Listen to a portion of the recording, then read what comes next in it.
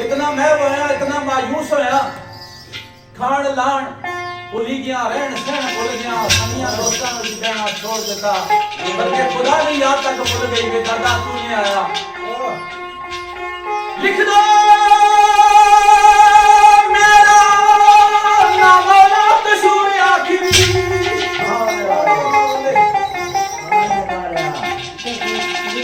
अल्लाह ताला ने लाता है कि मौला मैं माफ कर दिया, मैं दुनियादार हाँ, दुनियादार ने इश्क विच खो गया। मेरा ना वाला कसूर आखिरी